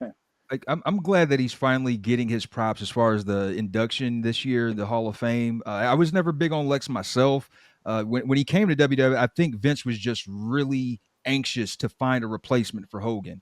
And like you said, man, Lex is no Terry Bollea, unfortunately. But finally, Rhonda Shear, this is the time when she comes out. She comes out with Donnie Wahlberg. Yokozuna, and he's looking crazy. The get up that they gave Donnie, the whole style of this, the Rico Suave pencil stash thing he's got, it's not working at all. He's the bad boy, Matt. Lex Luger, baby. It's just not cool at all. But Rhonda looking beautiful. She's the bell ringer. She can ring my bell. Mr. Perfect, he's the guest's referee, impartial, perfect, and he's if he's not on some roids in this, like he's looking fucking big as fuck. They're probably like, dude, you can't wrestle anybody right now, dude. He's hulking out of that ref shirt, man. I was thinking about what you said about Brett, your encounter with him. I've heard the same thing about Luger, and like when he comes down. I don't know if you caught this, Matt, but when he like almost makes it to the ring, he like swats away a fan. Like, dude, you're in the public now. You can do that behind the scenes, and people cannot know because the internet doesn't exist. But like, you're doing it. Like, people saw that. There's stories of him interacting with fans like that, outside of the camera, like, not wanting to be there. Yeah, that's like the worst thing you could do. Yeah. Yeah, as the good guy, like, I mean, if Rick Rude comes out and slaps the fan's hand away, that's just hilarious and awesome. But Lex Luger, I don't know. I feel like the American hero.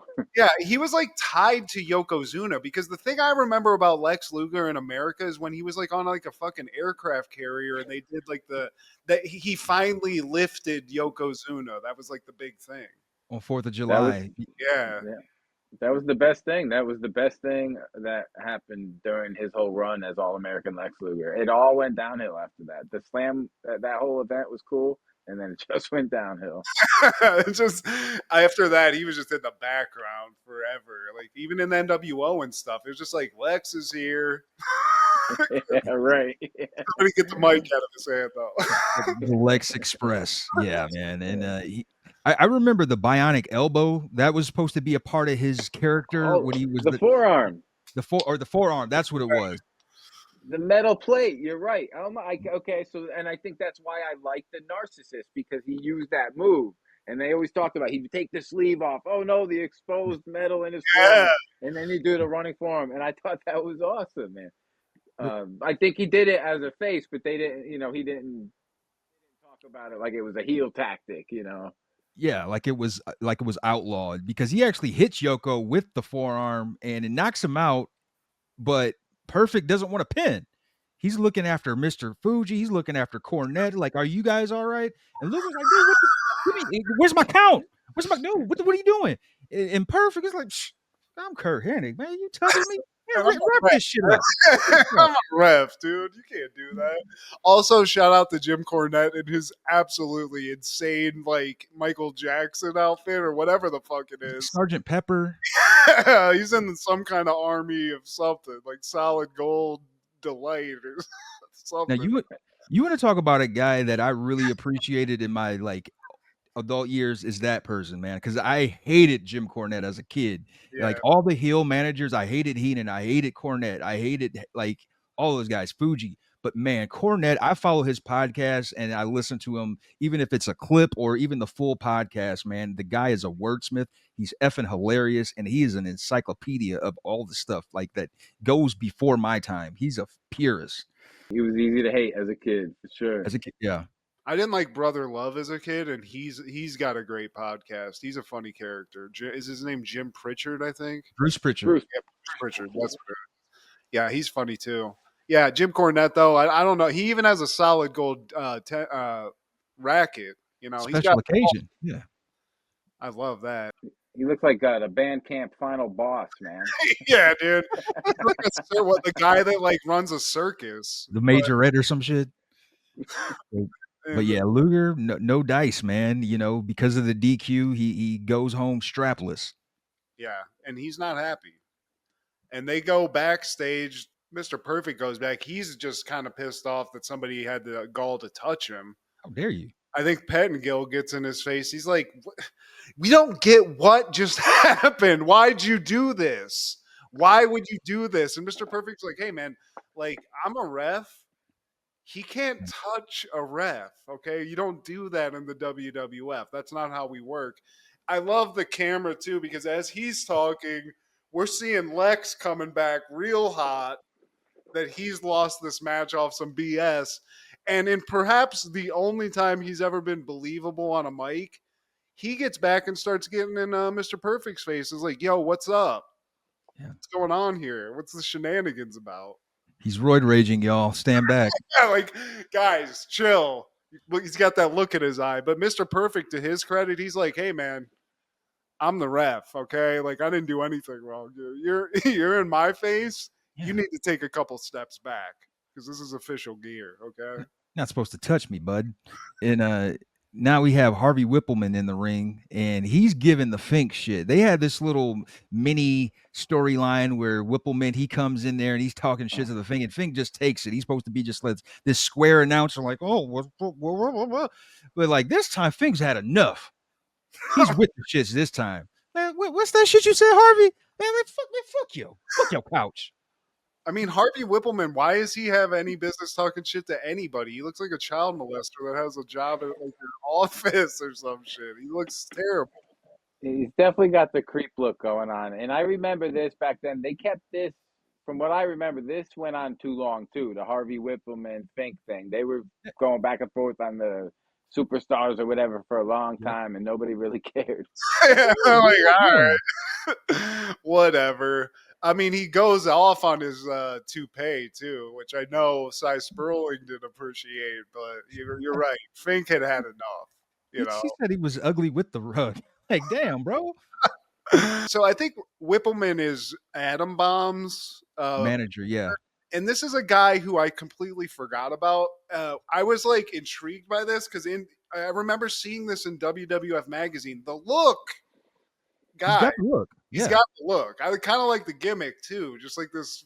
He's a nuclear bomb. I mean, basically. That's, But I like the name. yeah, he's got the goggles. Hey, He's got the weird kind of Razor Ramon-ish wet, like curly hair that looks kind of cool as a wrestler. And he looks mean, but he comes out to just sort of get Whippleman's back, and then he shouldn't have because we're about to see the shortest match on this card, guys. yeah. This is one that I always forget about. I always forget about it. And I don't know if it's just because it was so short, but I always forget about this because it was just such a brief thing. Adam Bomb was awesome, but it was like he had the look, he had the gimmick, he had it, but he didn't have the mic talent. He didn't have the charisma. And he wasn't the greatest wrestler either. But you can overlook that if he could talk on the mic. But he never really got the chance to. But it's I don't even probably for a remember reason. talking. Like honestly, Yeah. I think I feel like he just shook a lot. Like he was always just like, Well, the thing with guys like that, especially when they're heels, man, you just get a manager who can do all the talking, a la Paul Heyman or a Heenan. Right. You know, you just look scary. Just look big and scary, and you know, let the other guy do all the talking, man. But well, Adam Bomb comes out. He starts trying to physically intimidate the Fink, which I don't even feel like the Fink was even really that scared anyway. But then, Earthquake's not feeling this. He's I don't know if he's a good guy or not, but he comes running out all 300 and some pounds of his ass. And he just proceeds to just whoop the shit out of Adam Bomb in like 20 seconds and then sit on his face to win the match. yeah, And I mean, that's the worst. When you pull Earthquake as the opponent and he's going to do that final sit on your face thing where his taint is just a just millimeter away like, from the lips. yeah, it's You like know? right here. Like, You dude, you just better get have you, a maxi you pad get on or some shit, you, big guy, because I do not want to have a nut sack fly into my fucking face. It's I crazy. don't know. I'd rather be teabagged by Earthquake than Yokozuna, man. Oh, Sophie's Choice right there. the cottage cheese waterfall. Fucking that shit is crazy. But Earthquake, he does his job. And Fink, like I said, I don't think anybody's intimidating him, to be honest with you. I feel like he could whoop anyone's ass. But The Finkster, man. shout out to Earthquake, man. Shout out to one of the ugliest. I mean, he's a great guy, Yeah. but he is one of the most gruesome wrestlers. I got to say, there was never a cool look. It's I always mean, that weird, wet, thin, long hair. It just looks crazy. he's got the what is it? The Eagle's Nest, the Carl from Aqua Teen Hunger Force, like whatever you call it. And then he's always looked like he's in his early 40s or Yeah, mid 40s, even when he was in his 20s. He's always looked the same. It's saddening to know that we're all older than him in this match. yeah, yeah. Look at that young, spry Earthquake. I remember He's a blue chipper. He's a blue chipper, that kid. Right. Yeah. And backstage, Todd Pettengill, he's interviewing Jim Cornette, Yoko, and Fuji. And Cornette, he's just giving a master class, man. Like not skipping a beat. He's just going on a tear, talking about Lex Luger and Bret Hart in the same breath, man. One of the GOATs, if you ask me. I mean, he has to be. He's been around like Jesus Christ. He's basically the encyclopedia of all wrestling at this point. He is. And he's still relevant. I mean, I feel like he's one of the guys that people are like really, especially with like the internet and people like be kind of pulling the curtain back a little bit and talking about it. He's one of the ones that's like really cashing in on that. To be a guy who has embraced just walking out with a racquetball racket, and that's the thing. Like I never even got that, but I mean, the guy's he's got style, he's got swag, and you know what? We could all be a little bit more like Jim Cornette, guys. But if you think about it, that the gimmick, the racket, when you think tennis racket, you don't think of any other wrestler, right? You think of Cornette. Yeah. I mean, that's what you just think of Cornette. I With actually him. don't even think of a tennis player. I think of Cornette anytime I see a tennis racket, just at all. Man, that guy's But this next match is the match, man. This It's the grandfather of the ladder match, man. Shawn Michaels with Diesel versus Razor Ramon Chico. the click is in town, Steve. I know there's the Hell in the Cell. There's matches that will never die. People will remember them forever. As just my personal taste, this is it's in the top 3 for sure, but it might be my favorite match of all time. It's that good. Of all time. Where would you place this, Ron? It was definitely cutting edge. It was cutting edge for its time, having such a different kind of match. As far as ladder matches and stuff, it's been so overdone now. It's hard to compare it to a lot of the modern stuff. But as far as storytelling and stuff, man, this is definitely top 5 ladder match, man. This is probably top 3. I mean, it was the innovator. It was one of the best ones. As a kid, I freaking loved it.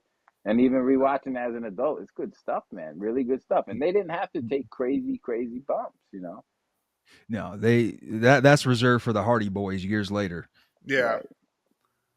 I mean, it's 20 minutes basically, and it's just wall to wall. It's just good, like the whole time.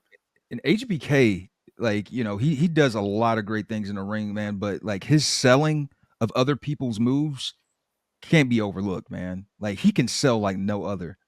I feel like Scott Hall also, you got to give him props in this match because they both, like, I was watching this. I'm an adult now. I'm 41 years old. I've seen this match many times, but there's a couple times where, like, Shawn Michaels hits, like, the Sweet Chin music on Razor Ramon, like, while he's running. When Razor Ramon hits Shawn Michaels with, like, a real, like, wild punch where he spits when he gets, like, to sell it, he like spits in the air, and I was sitting there like, oh damn, like they're actually whooping each other's ass. I mean, these are 2 guys that are really good at selling. And I think this is just a fun duo to watch wrestle each other. And those details that you said, getting punched and the sweat and the spit flying out. And Michaels was always infamous for the gum flying out. He'd take a shot to the face and the gum would fly out. Yeah. Those little details as a kid, man. Same thing. I was so impressed, man. Wow, they're really punching the hell out of each other.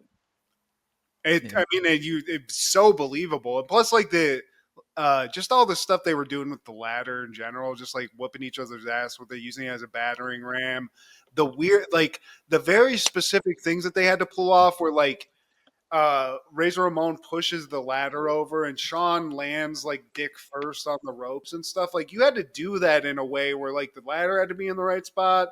He had to hit it in a way like unless they were just freestyling that shit and magic happened on screen. I don't think that's how it was. So when Sean like gets up on the thing and like rides it down and just like belly drops on Razor Ramon Oh from the yeah. stuff, all that stuff is great. Yeah. Like this was the #1 match of the year of '94 by the PWI and Dave Meltzer, as well as the many fans. And there was one thing that I just think was just from as a fan like watching it that was really cool is like they had like golden lights on the belts. So when the guys got close to it looked like they were reaching out to like some sort of angel or something in the sky. It was just like lit in a really cool way. You're right. Honestly, that because I tried to like take a picture of it while I was watching it today and like send it to Steve.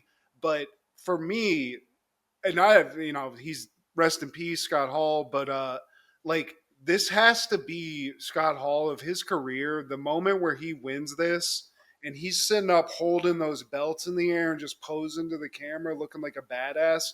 This has to be like one of the top moments of Scott Hall's wrestling career, to be honest.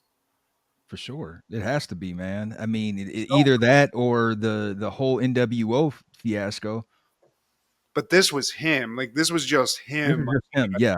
It was taking him to the next level for sure. It was definitely taking him to the next level where he was done. He grew out of the mid card, the upper mid card. We took him a little more seriously after this. And then the belts was also a very cool touch because I think this was at the time where was there two IC belts, right? Because one was vacated or something like that, or it became some wishy-washy stuff, but it was cool because there was one fake belt, one real belt, and then you grab them both. Very cool stuff to see as a kid.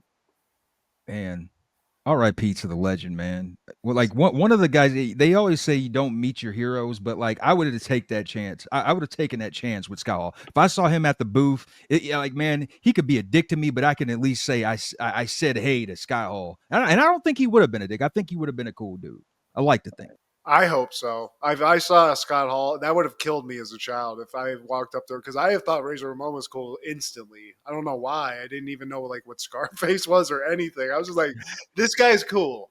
This guy's fucking cool as shit. So everything he had oozing machismo, man. Yeah, dude. I mean, the bad guy. Shout out Scott Hall. I just can't say enough. It just the one thing I don't like about this is that we don't get a Razor's Edge in the whole match. But I mean, just that final thing where he's just sitting up there, just basking in the glow. It's so good. We got the main event, man, with Burt Reynolds' introduction and his hairpiece. He comes out with Jenny Garth. I don't know, they just kept her under wraps up until this point. And I guess Burt Reynolds had an issue with that. He was supposed to walk down with Rhonda Shear, but they chose Jenny Garth because I guess he was told, or management told them to keep him away from Rhonda Shear, despite them having that backstage segment. But I guess Burt Reynolds says something like, "I'm not walking out with a 12-year-old." What the fuck? He probably did something when he was he's probably said some crazy shit to Rhonda Shear. She's like, I am not going out there with that guy. You saw his hand in a cast, man. Apparently he punched a guy who tried to mug him 2 days earlier in San Diego. Dude, I'm telling you, I think even as an older guy, I think he beat a guy up at like a press junket when he was like doing a press for that football movie that Adam Sandler remade. Like, I literally think he jacked a dude. Like, he just did not give a shit. He was like Jack Nicholson. Those old celebrities, dude, they still were live wire guys where they're like, you're not going to fuck around. I'll fucking slap you silly. You're looking at, you think I'm sweet? Get over here, you little punk. Is that fake? That's hilarious, dude. I just like Burt Reynolds is in the back just trying to get some sniz, just causing problems all over WrestleMania. I love it. Can't be mad at it, man. Is Stroker Ace in the building, but he introduces Rowdy Piper as the guest referee, and his intros, Rowdy Piper always knew how to soak in that moment when he comes out and he feels the fans and he just stands there and it's like a majestic look and he's just like taking it all in. Oh And yeah. like I'm watching this on TV, like, he's the icon. And this was rowdy. Look at Hollywood Piper, Steve. He's ready for LA. You He's know. all out of bubblegum too. Yeah, exactly. But I always love seeing Rowdy, unless he's got half of a black furs. But other than that, love to see that. And he's, because these are two superstars, Steve. They got to have a ref that can stand. They can't do Mr. Perfect because he's out. He's pissed off at this point. He's been touched. He doesn't want the smoke anymore. So, you know what? Rowdy's here. And he's ready to go. I mean, he's not fucking. He's a really passionate ref in this. He's getting in there. That's the thing about Roddy. You could use him in so many different roles because he can go on the mic. He can go with facial expressions. He can go in the ring. He could go with promos. He was so well versed. Yeah, man. Another legend, dude. If I was doing my normal routine, man, I'd be drunk. I'm so glad because Ron Yeah. would have got off the show. He'd never want to be on our show again, man.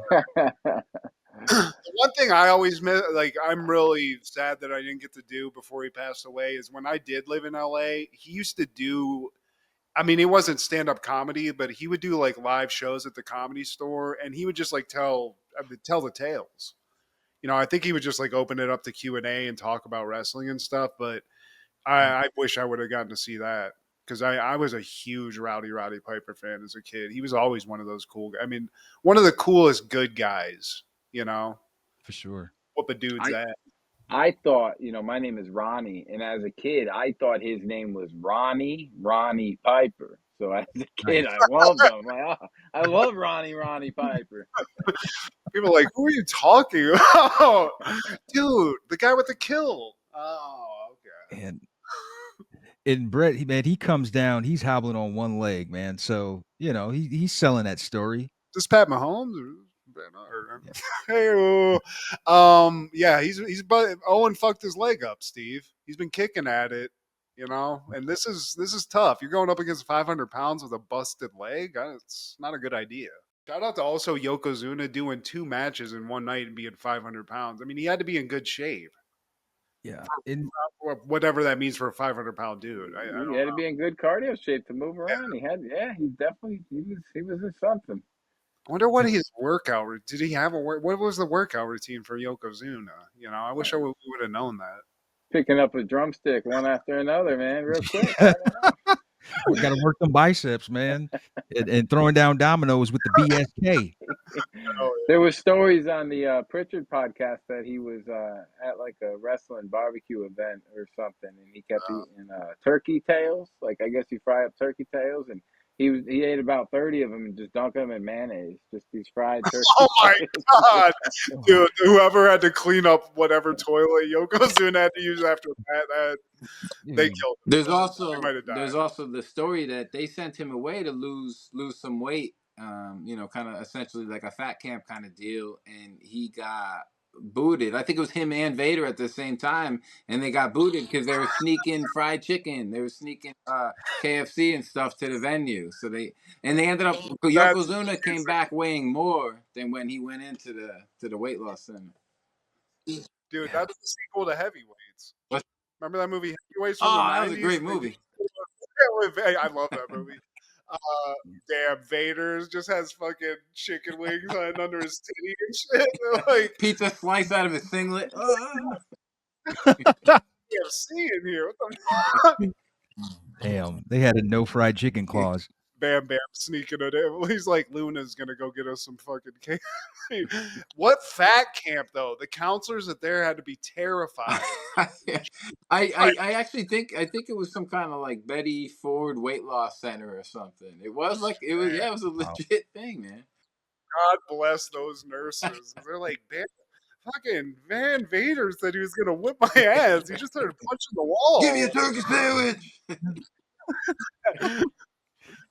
The fucking big Japanese guys just eating mayonnaise by the handful. I don't know what to say. Overall, I think this pay-per-view was good, despite it being like the company being in a downswing. And this main event, though, I kind of feel like the main event had a cheap ending because as we all know, Yokozuna, he goes for his banzai splash. He slips on the second rope, falls, and he just has his head like his hands over his head, like like the girl when you're trying to pull their pants down before y'all get it in, and she's just like, I hope it doesn't sting. I was like, is he embarrassed? Like, it just seemed like he was like, I can't believe I did this. Yeah. I mean, even if Brett would have like kicked the rope, or it was just like he's a klutz. That's what happens when 500 pounds topples. It's over. They can't overcome that. But Brett had to get his moment, and also we get a nice little like celebration at the end too. Steve, all the stars came out to celebrate Brett. Yeah, even Sparkplug Holly. Like I never. What are you doing here? Herman. You and the 1-2-3 Kid. Lex is over there. He's like, I'm never gonna Speaking of hardcore Sparkplug Holly, do you guys listen or read any wrestling books or any of the biographies by these? Do you ever do Audible or anything like that? I've read the Brett book from beginning I to read end. Mankind. I read Mick Foley's. I remember Foley. that, and there was another wrestling one that I read, but I can't remember it off the top. Maybe Bret Hart. If you ever get into Audible, check out Hardcore Holly's book. It is a riot. It's hilarious, man. He just rips apart everybody. He just every chapter, he's just dissing everyone. It was such an entertaining read, man. I wanted more. One of my favorite wrestling books. It was fun. I'm gonna have to check that out, man. Like I get the feeling he's a very angry man. He is, man, and he's very bitter. But some of the stories he tells are hilarious, and his perception of himself during this time is hilarious too, man. He's just such an egomaniac, but it's such a great listen. Man, what's it called? I forgot. It was a few years back. I don't recall what it was called. I don't recall, but it definitely is on Audible because that's where I listened to it. Maybe the hard truth or the hardcore truth or something. Something along those lines. Definitely not a guy I would want to start a fight with, though. He does look like a legit tough guy, and that's the thing. Like, there was a time when I was around like a lot of Marvel fans who didn't really mess with wrestling at work, and we would always get into these debates. Oh man, it's fake. It was like, dude, some of these guys who do this fake fighting will beat the fuck out of Robert Downey Jr. Both of those, the Liam and Chris, the Hemsworths, all of them. Did you show him Stossel getting slapped in the fucking face by that guy? I mean, that's what I feel like anybody, if you walked up to a wrestler and go like, you're fucking fake. These guys, like, they are real, like, about that life, man. I kind of wish kayfabe was still a thing, man, because you always hear about those bar stories from the 80s when people would pick fights with these guys. They probably didn't know who they were. Let me touch on that real quick, if you don't mind. So probably about 20 years ago, the Big Show was in WWE at the time. He was probably a heel or whatever. My buddy and I were like front row. So we're yelling the most obscene stuff to Big Show, right? I start yelling stuff about Big Boss Man and his dad. I don't know if you remember, he did some pretty terrible promo with the funeral. So we just start insulting, Let me tell you, man, he gave us this look, his eyes deep into our eyes, and started approaching towards us. Wrestling was not fake anymore, dude. We were like, probably almost 20 years old, man, pissing our pants. We stepped away from the railing. We took off, man. We were scared. And all he did was stare us down and start approaching us. And we were so scared. We took off, man. So, but because his father really did pass away, yeah, right? I believe so. But I know he knew we were just being silly about the Big Boss Man game. About the Boss Man, because that shit is hilarious. That's one of the funniest moments in wrestling history, in my opinion. Your dad is dead now, boy. Yeah, he made the poem, right? He made a poem for him, and then he jumped on the casket. Oh, dude. I mean, that is great. Damn, dude, if Big Show walked up and you thought he was gonna whoop your, I would immediately evacuate my bowels. We were both hitting each other. Said, yo, shut up, yo, he's coming to us, yo, and we just said, let's get the hell out of here. Y'all were out of there before the match ended. Damn, but Captain Insano almost whooped Ron's ass. And then before the whole thing ends, Owen comes out, and Macho Man thinks he's coming out to celebrate with his brother. Owen just stands there like, man, what is this shit? I beat him. Fuck this shit. I'm going. Yeah, I didn't catch that. I just thought it was a celebration. I didn't know Owen came out to just do a little raid on the parade, but I love that too. That just proves he's cool, you It's know? just, yeah, just staring everybody down like, okay, I remember this. Okay, okay. But yeah, man, where would you guys rank this WrestleMania? Hmm. It's got one of the best matches. I'm not saying top 10, but it's got the best match in my opinion. So it's tough to not say it's good. Yeah. You Right. know? So I for me, it's a very memorable WrestleMania, right? Very memorable, not necessarily very good. I mean, it did have the Hart and Owen. It had obviously the ladder match, which was awesome. But I think the angle with Bret Hart and Luger and Yoko and Owen, I think it all kept me interested enough as a kid. And as I said, it's super memorable and it stuck with me. Yeah. Aside from the earthquake and Adam Bomb and a couple stinkers like that. So I think overall it's a good show. Dink and doink. And I think it's way better than WrestleMania 11, like I said, because that was brutal, and I was there. So Yeah. That's crazy. Man. Lawrence Taylor, man, he just shoulder tackled his way to victory on that one. I got that pay per view. he did a good job. I thought LT did great. Considering he's not schooled on Right. this.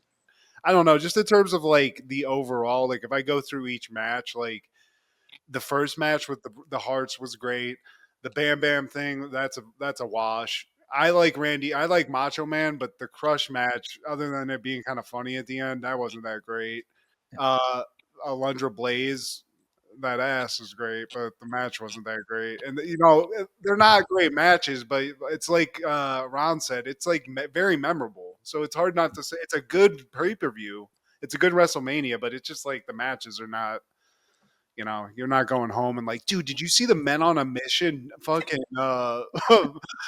Quebecers match? Must see TV.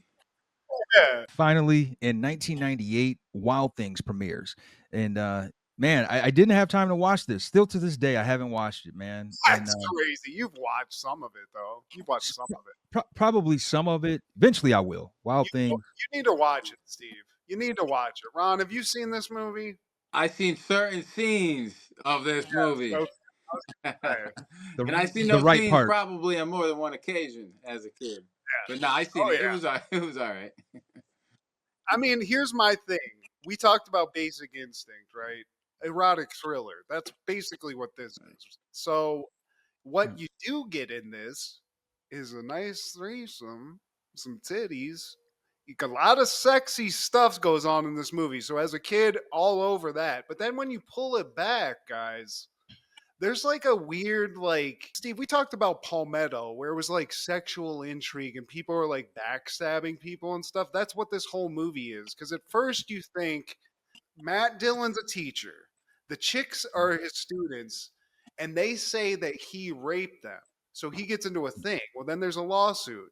Then it turns out that he's working with the girls and trying to rip off the mom of one of the chicks. Then you find out something. There's a bunch of backstabbing. At the end, Nev Campbell poisons somebody and walks away with a bunch of money, and Bill Murray's in it. So that's weird. But I would say of like Cinemax porn, it's better than that. It's Okay. worth one watch. You're gonna laugh. And unfortunately, you have to see Kevin Bacon's naked dong. that you don't want Yeah. to see that. Maybe fast forward. It's a '90s legendary movie. I lied to my mother to have her drive me and buy tickets to this movie so me and my buddy could see it and be little perverts.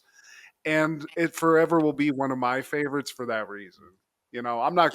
I watched it a little bit, but then I came and I just didn't want to finish it. So, you know, that's, Hey, that happened to me during an Alondra Blaze match. yeah, exactly. And I taped this off of HBO or something off TV. It was on a videotape, and I remember that I had it to the exact scene. Like you didn't have to fast forward it. It was stopped right on that scene and in a place where only Matt knew where it was. So thankfully the parents never popped in that tape, and it had Steve, you'd be interested in this. It was one of the pay-per-views, WCW pay-per-views that I got. I taped that and I just right in the middle of it put this delicious scene from Wild Thing. So I You were think crafty with it. it was like Starcade on the thing, but right in that middle, no Starcade, a lot of titties, a lot of fun Are you stuff. guys Some familiar with titty the nibble. Spice Channel from the 90s? Oh yeah, oh yeah. I didn't Oh have, yeah. Okay. I didn't have it, Okay, so but you I know wanted. we had the black scrambler boxes too, right? Where you can get. So The black box. I used to Yep. have WrestleMania parties, right? Since I was like probably 8 years old to like 13, right? We'd watch WrestleMania, and when the adults were in the other room, we put on the Spice Channel. 9, 10 years old, we're only watching it. You know, they come back to wrestling. You know. Oh, yeah, you have to have that previous channel button Oh, ready that to go. thing was weird out, man. Me and my They- buddy got caught by his dad watching Skinamax. His dad was hiding in the like hallway in the room, like, and we're all sitting there like, oh my god. We hear his dad go, "What do you guys watch?" We're like, You hit that last, but oh man, salute your shorts, man. That's man, button it crazy, man. Man, that Camp Anawana, man, they wild, man. "How are you breathing so? Why are you shaking?" Man, Ren and Stimpy, man, they crazy, right? Am I right, guys? Man, yeah, man. But Ron, man, please tell the people, man, where they can catch you at. Yeah, well, so right now, man, I'm still just having a lot of fun. There may be more stuff going on in the future, but right now it's TikTok mainly. I'm on IG as well and YouTube, but mainly TikTok right now at Wrestling with Ronzilla. I put almost daily content. Wrestling figures, cards. I do skits. I do bios. I do unique, wrestling video games, old school, new school, anything. There's no other wrestling channel out there like me. On TikTok, that's for sure. So Wrestling with Ronzilla on TikTok. There it is, man. Like Wrestling with Ronzilla. And I think any wrestling fan should check it out. He's a one-man show, like Joey Styles, man. Oh my God, But Rodzilla! special thank you to Ronzilla, man. Thank Yeah. you for having us. Thank you for being on our show, man. We love to have you back. But please like, share, subscribe, and comment. Please tell your sister the Humpty Dance is your chance to do the hump. Oh, do me, baby. Happened in the 90s. Matt was the fat kid, Steve was the black kid. Life wasn't always great, but you know what was? The 90s. Happened in the 90s.